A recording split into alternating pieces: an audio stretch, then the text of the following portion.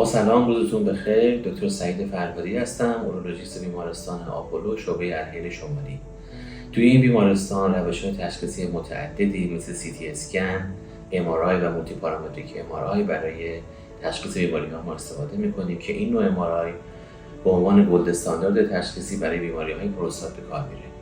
همچنین ما درمان و جراحی بیماری‌های کلیه، مجاری ادراری، پروستات و ناباروری مردان و به ویژه سنگ‌های ادراری رو توی این مرکز انجام میدیم که این روش عمدتاً به وسیله لیزر پرتوان هولمیوم انجام میشه که این نوع لیزر قابلیت تخریب و از بین برندگی تمامی انواع سنگ‌های ادراری رو داره و بدون برش جراحی و با حداقل درد و نقاهت بعد از عمل همراهه. اگر شما دچار درد پهلو، سوزش ادرار یا خون در ادرار هستین، ما توی بیمارستان آماده این هستیم که به شما کمک کنیم.